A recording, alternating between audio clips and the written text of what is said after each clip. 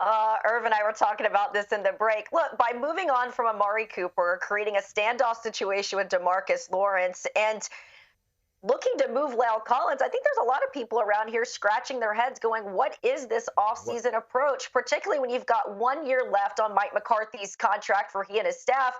It certainly doesn't feel like a win now approach. And now you look at a guy like Tom Brady coming back to the NFC, Aaron Rodgers, Deshaun Watson could land in Carolina, or for that matter, down there in New Orleans. It's curious because you want Dak Prescott to succeed, but what are the weapons around him? And we know that they're not going to be major players in free agency unless they go out and surprise us. They're certainly making some cat moves here.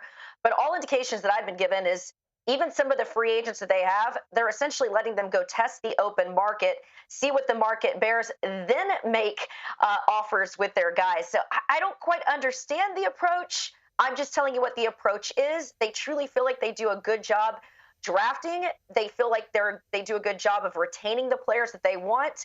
And their approach, once again, is to go and fill a lot of their needs in the draft. So, Irv, your thoughts? I'm with you on this. I'm absolutely confused about it. First of all, I was so upset about letting Amari go. I hear everybody talking about the numbers and how much he gets paid. I love Michael Gallup, but he's no Amari Cooper. To be honest with you, CeeDee Lamb is no Amari Cooper right now. Amari Cooper, letting him go, that's a big hit for Dallas. Dallas is by no way, the object of an offseason is to try to get better and make your team better. They are nowhere near the team they were last year, and we saw what happened to them in the playoffs. I'm absolutely worried about what I'm watching. But Amari had to raise his voice, which he never really did at the end of the season last year, to say, hey, don't forget about me. I mean, you could say, that in the second half of the season, Cooper Rush had a better connection with him than Dak Prescott, finding him in the end zone for that touchdown against Minnesota.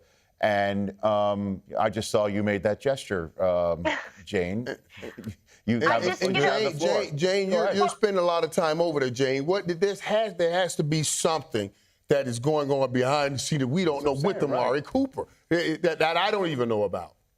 Here's the thing I'll say about Amari Cooper, because a lot of people obviously reached out to me this offseason and asked the same thing. I mean, we sort of saw him drawing a little bit of ire from Jerry Jones by not getting the vaccination. In other words, he wasn't available for the 2 games. And, we've talked in the past, even Jones hates when players aren't available.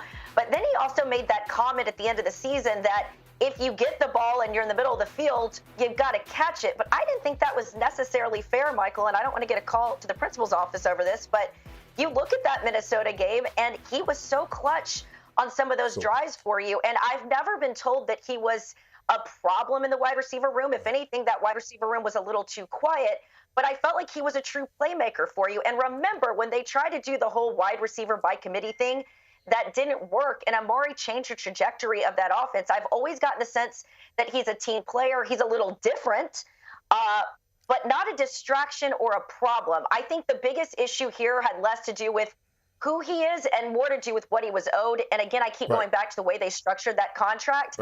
They gave themselves the out. And when CeeDee Lamb fell to them, I think they felt like there was still a higher ceiling for CeeDee.